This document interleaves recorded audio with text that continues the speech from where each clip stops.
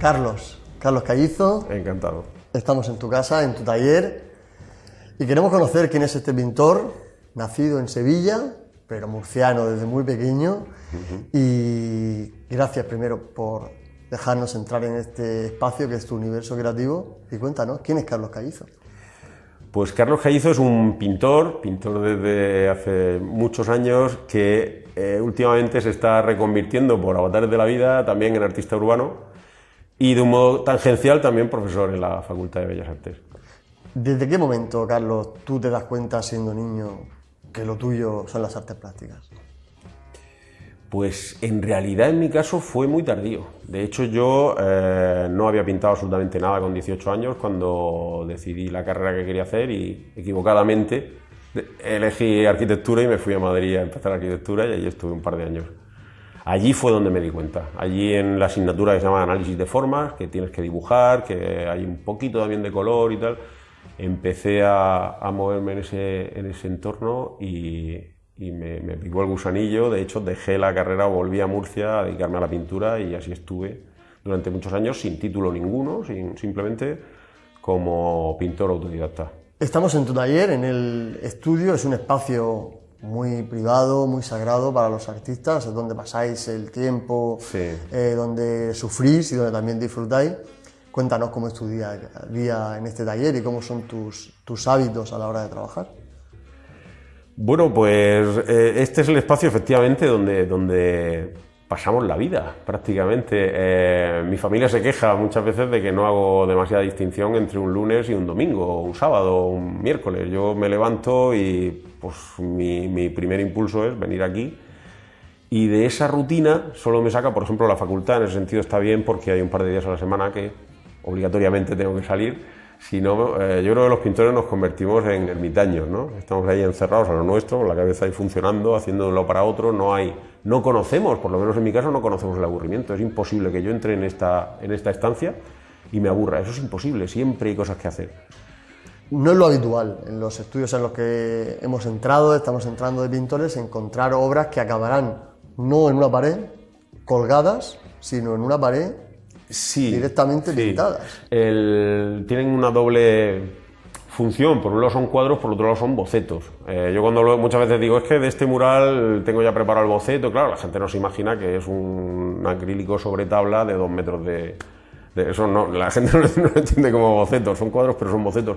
Por ejemplo, este mismo es el que haré en agosto. Ya lo tengo presentado como boceto en Estambul. Y en realidad es un edificio de 5 pisos. Para que te hagas una idea, tiene una franja de ventanas central que cruzará más o menos por la nariz, o sea que ya cuando hago el boceto luego a través con programas de edición fotográfica, yo concretamente uso el Photoshop, pero bueno, hay muchos programas de edición fotográfica y ya trabajo con el cuadro boceto con la imagen real del mural y ya hago la simulación, me adapto, veo si encaja, no encaja.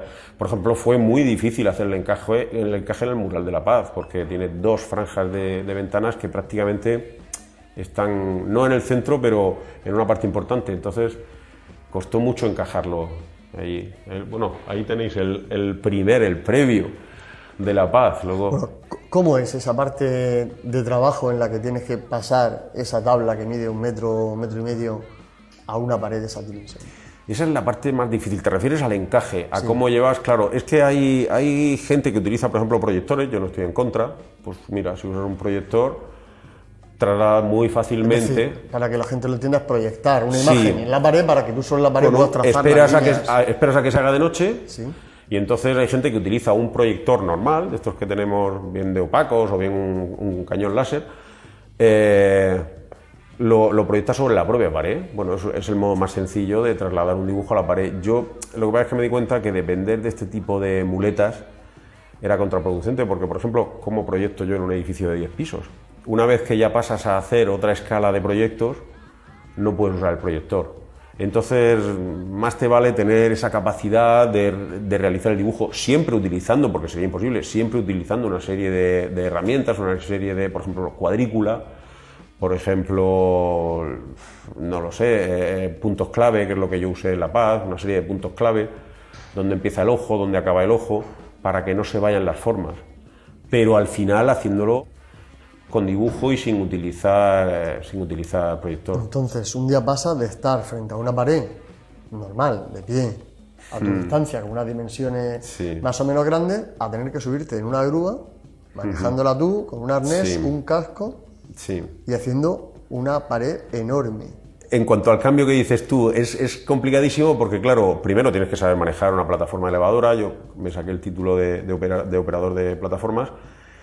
Y segundo, porque hay veces que ya el cambio es brutal, hay veces que pasa vértigo, lógicamente. Bueno, esto fue un encargo del Ayuntamiento de Murcia. Sí. El Ayuntamiento de Murcia puso en marcha hace unos años la oficina del graffiti, con la cual están tratando de fomentar el arte urbano, reconvertir espacios en espacios con un valor plástico. Se mejoran mucho los espacios. Estéticamente. Pero ¿esto forma parte de una tendencia internacional? ¿Es algo global o es una iniciativa que ha surgido en el Ayuntamiento de Murcia de forma espontánea y única? Sí, no, si te refieres al arte urbano es algo global y que está creciendo mucho, pero si hablamos de la oficina del graffiti me parece una idea muy brillante porque está ayudando mucho. Ten en cuenta que es la única, fue la primera y yo creo que sigue siendo la única oficina del graffiti que hay en ningún ayuntamiento de España, es la única. Entonces su misión, yo creo que en principio la oficina del graffiti se generó más para limpieza de espacios, para limpiar las pintadas, pero supieron de un modo muy rápido adaptarse a lo que estaba pasando y entonces pasaron a ser más una oficina que por supuesto sigue limpiando los espacios, pero que luego muchos de ellos los propone para realizar arte urbano.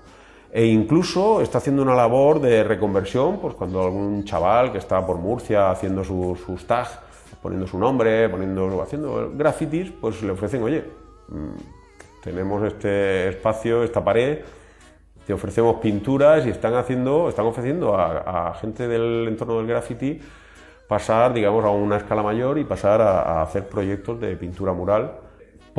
Estamos en condiciones de ponernos a la cabeza del arte urbano en España, teniendo en cuenta que el arte urbano es el nuevo arte, es lo que está entrando y lo que más fuerza va a tener. Yo digo siempre que es el arte del siglo XXI, podemos poner a Murcia a la cabeza del arte en España.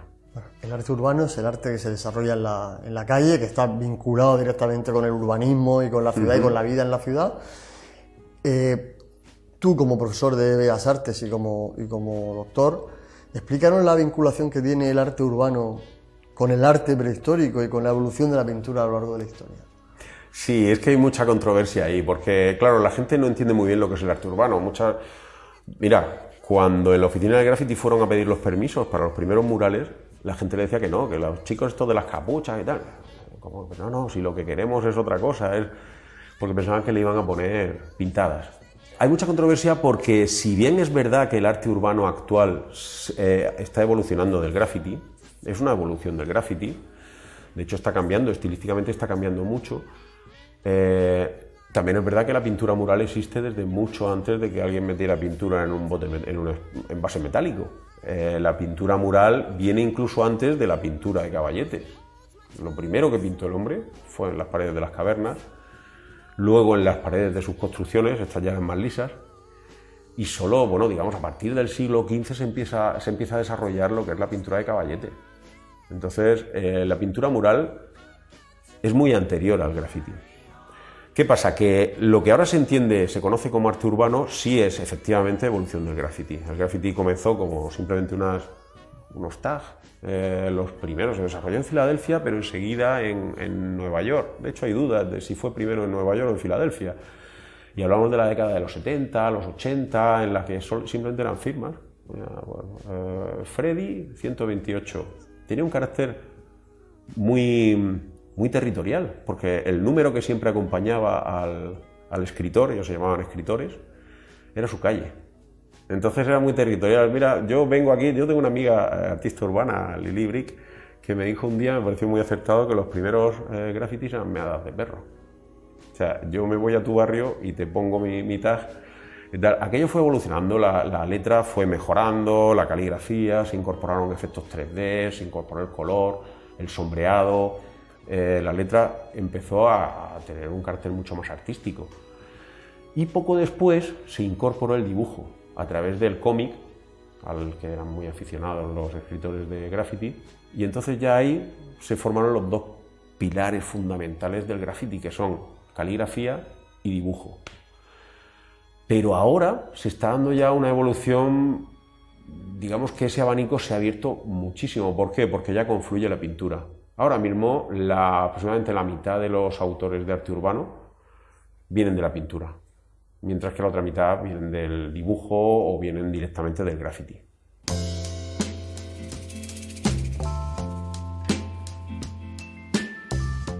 ¿El arte urbano es un arte con vocación de permanencia o es un arte efímero?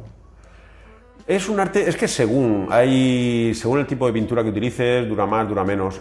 El peor enemigo del arte urbano es el sol, y cuando un mural se hace pues en una fachada que da sur y tal, pues uses lo que uses, al final el sol se lo va a comer, claro. Pero eso pasa ahora, no es que el arte urbano sea más efímero. Si coges las meninas de Velázquez y las pones al sol, ya te garantizo yo que en muy poco tiempo se han perdido. O sea, no es que los materiales que se usen sean peores, de hecho son mejores, tienen más durabilidad. El problema es que el sol se lo come todo. La gente piensa que es la lluvia, los agentes atmosféricos, no, es el sol se lo come todo. Pero a mí no me gusta demasiado que se hable de efímero, porque claro, yo siempre respondo lo mismo. Efímero es el coche, y no nos importa porque nos compramos un coche, el coche nos va a durar 5 años, en el mejor de los casos 10 años, pero nadie dice que te has comprado un coche efímero. El efímero somos nosotros. Sí, pero Carlos, esta obra tiene vocación de permanencia y de durabilidad, sí, porque es una tabla que tú tienes en tu y casa, va a estar en un que interior, heredarán, claro. o Sí, que venderás, sí. o que regalarás, Sí. o que tendrá una vida. Sí. Pero la obra que se hace en la calle, el arte urbano, no corre el riesgo de que por decisiones políticas o por el propio crecimiento de la ciudad o por decisiones de los propietarios de los espacios, al final Sí. pueden acabar siendo destruidas. Sí, puede pasar eso. De hecho, por ejemplo, a mí me gusta mucho. Yo el año pasado estuve en un festival que se llama Miau, que se hace en un pueblo de Castellón, que es Fanzara. El mío Fanzara se llama Miau porque me hace mucha gracia porque alude a esto de lo que estamos hablando. Es el Museo Inacabado de Arte Urbano. Ellos se plantearon desde el principio que se iban a pintar una serie de murales, que se iba a invitar a gente. De hecho, cada vez se invita a gente más conocida. Yo creo, posiblemente sea el festival con más carisma de toda España, siendo en un pueblo de 300 habitantes, fíjate lo que te digo. Pues se llama así, Museo Inacabado de Arte Urbano, porque se empezaron a pintar murales y pasados unos años, esto lleva ya bastantes años, pues alguno ya se había deteriorado o habían abierto una ventana, yo que sé, las cosas que pasan, como tú dices, los avatares de trabajar en la calle, y lo que hacen es pintar pues otro encima, o se llama el mismo autor, o lo normal no es eso, sino que ya se llama otro autor. Nosotros cuando pintamos ya sabemos que ya damos ese permiso, digamos, de que al cabo de 5 años, de 10 años, pues alguien va a pintar encima, y es un museo que va cambiando. Así que consiguen pues que el museo esté cambiando constantemente y la gente, pasado un tiempo, quiera volver a Fanzara. Entonces hay que entenderlo así. El abanico está cambiando muchísimo de aquellos grafitis originales de spray. Ahora se utilizan herramientas tan locas como esas. Yo mismo arrojo la pintura a la pared y en realidad utilizo herramientas de albañilería. Solo en la fase en la que acabo más paso ya a pinceles, pero yo utilizo llanas de albañil, llanas de pintor, herramientas generalmente metálicas. Carlos, ¿nos enseña las herramientas esas de las que hablas? Ah, claro, por supuesto.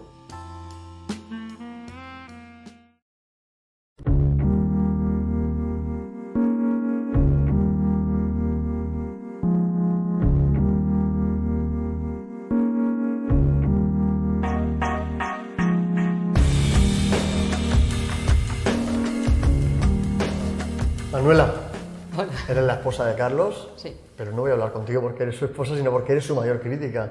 ¿Cuál es el papel de esa persona fundamental que está detrás de un pintor o de una pintora y que ejerce ese pepito grillo?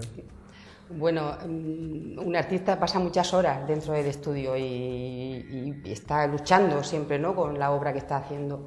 Y siempre ya hay un momento en que te acostumbras tanto a lo que estás pintando, al final te cierras tanto que no sabes ni cómo avanzar o qué es lo que estás haciendo, ¿no? Entonces ahí es donde entro yo, trae un papel que él normalmente me llama y entonces, bueno, ya discutimos, yo le doy lo que yo puedo opinar sobre eso y hay algunas veces que es verdad que él dice, es verdad, pues aquí es donde está, no sé qué. O sea que de alguna forma sí que le sirvo yo un poco para... Acepta las críticas, ¿no? Bueno, claro, sí. Sí, porque, vamos a ver, yo sé cómo es su obra, entonces, y sé los fallos, tengo que decir que estoy ya muy acostumbrado, llevo toda la vida con él, entonces sé por dónde, lo que ha podido fallar o dónde ha podido estar el error normalmente. Y sí, no hay ningún problema. Eres muy crítica, ¿no?, con él. Sí, yo creo que es la labor que yo tengo que hacer, ¿no? Porque realmente cuando una cosa no está bien, o yo creo que él se ha perdido un poco, pues bueno, lo discutimos, lo hablamos, vemos dónde puede estar y a él le sirve para avanzar. Entonces, claro, a otras veces que no tengo que decir nada, ¿no?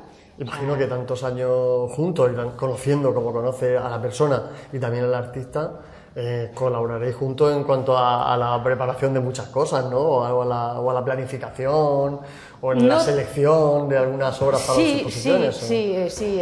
La verdad es que en esos procesos siempre estamos los dos juntos, ¿no? Él me pide mucha opinión sobre, bueno, porque quiere tener también otra mirada de cara a la selección de cuadros, de cara, bueno, no sé, a todo, a los murales. Ahora mismo, por ejemplo, un papel, porque él cuando está en la grúa, él no puede ver el cuadro de lejos, ¿no? Entonces yo siempre estoy mandándole fotos, o en los fondos también le ayudo, y bueno, sí que estamos ahí. Mucho teléfono, imagino, también, ¿no? Mucho teléfono, sí. Sí, pero la verdad es que es mucha ayuda, porque es muy difícil cuando tú estás en la grúa ver lo que estás haciendo, entonces necesitas una persona que desde abajo te esté diciendo, pues mira, esto así es como está, o a él le sirve las fotos que yo le voy mandando para ver un poco cómo va. Creo que es muy importante reivindicar esa bueno. figura que hay alrededor de las pintoras o de los pintores, en este caso, tanto un hombre como una mujer, en tu caso, Manuela, porque sois parte de esas obras, aunque no se vea, ¿no? Aunque solamente veamos el cuadro y veamos al artista.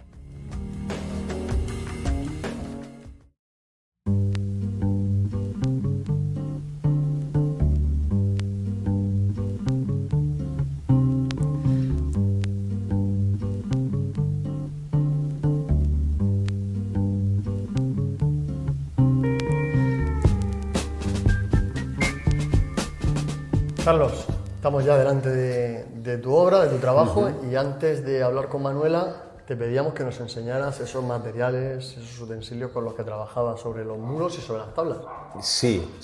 Bueno, realmente yo lo que pasa es que en las paredes, en los murales, no suelo usar spray, utilizo una pintura especial para fachadas, la arrojo con envases plásticos, son reutilizados de acrílico, y luego la extiendo con herramientas, como os decía, que son más propias de albañil o de pintor. Te enseño, bueno, esta es como de juguete porque es para los cuadros.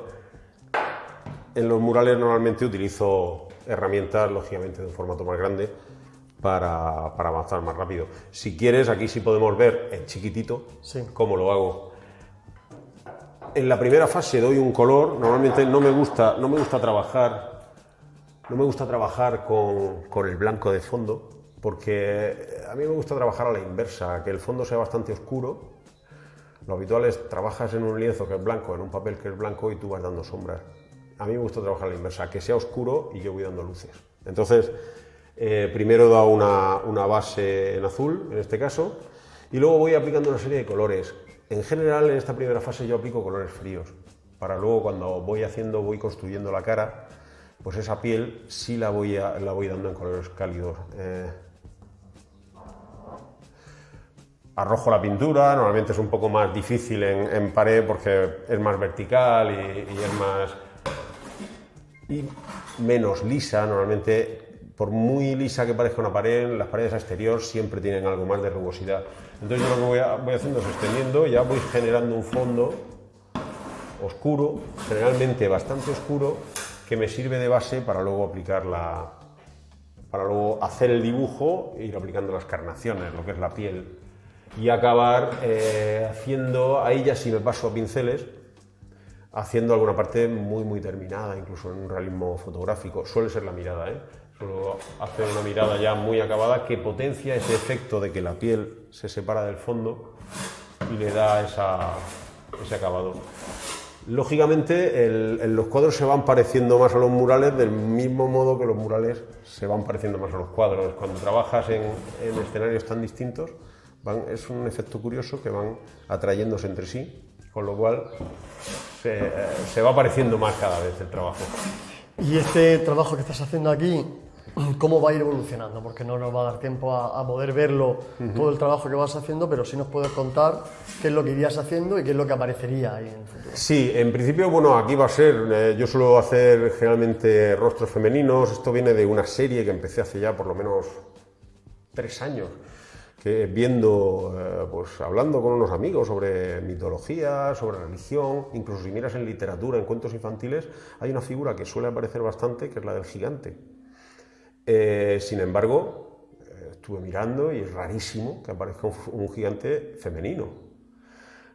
Como estaba empezando ya a hacer murales fuera de Murcia, por España, incluso fuera de España, todos los que hemos comentado, pues se me ocurrió hacer una serie que llamé Gulliver, de los viajes de Gulliver. Lo cambié por chica y una serie de gigantas que nos miran, a veces con sorpresa, a veces con simplemente... En muchos de estos además pongo una especie de muñequito, un personaje que suele ser más de nuestro tamaño. Claro, en relación se ve muy chiquitito, es el Pepito Grillo, ¿no? Y es un poco la conciencia de la giganta. Es un poco hacer la reflexión de que si los gigantes fueran mujer seguramente no tirarían únicamente de la fuerza que supone el ser un gigante, sino que una mujer utilizaría otros recursos, seguro, aunque fuera gigante. Con lo cual aquí va a aparecer ese rostro femenino. Sí, en este, claro, no va a dar el efecto de gigante. Será grande porque a mí me gusta hacer que la escala de lo que yo pinto exceda incluso al soporte. O sea, seguramente ni siquiera va a caber la cara aquí. ¿Será una cara imaginaria o una cara que tomarás de algún modelo concreto? Seguramente imaginaria. Ahí alterno mucho porque muchas caras me las invento yo. Otras son personas que conozco, gente de mi entorno, de mi familia, amigos, incluso alguna alumna. Su cara aparece, por ejemplo, en Balibrea Cheste, en el Grafitea de Cheste del año pasado. Era una alumna. Y son... Generalmente, aun en el caso de usar una fotografía de alguien que conozco o de usar como modelo a alguien que conozco, me gusta variarlo. Me gusta variar algo, el color de ojos, las sombras un poquito. No busco tampoco, aunque soy profesor de retrato, no busco hacer un retrato. No me importa el parecido, en este caso. Muy bien, Carlos, pues te vamos a dejar trabajando y antes lo que queremos es, en primer lugar, agradecerte que nos hayas dejado entrar en tu casa, en tu taller, conocer todo tu forma de entender el arte, que nos cuentes cómo es ese mundo tan atractivo que es el del arte urbano. Y queremos también preguntarte el valor de esta obra que donas, a qué asociación o a qué colectivo quieres que vaya destinado. Pues hay una asociación aquí en Murcia que me parece que se encarga de un problema al que se le da poca visibilidad y es un problema bastante grave. es la asociación Astrade, que se encarga del autismo, no solo de los pacientes, la gente que tiene este trastorno, sino también de sus familias. Es un problema bastante grave. Muy bien, pues a Astrade irá. Carlos, te reiteramos nuestro agradecimiento, de verdad, por haber abierto tu taller y habernos contado todo lo que nos has contado. Y despedimos el programa viéndote avanzar con esta obra. Perfecto, muchas gracias, pues Carlos. muchas gracias a vosotros por darnos visibilidad. Vamos a seguir.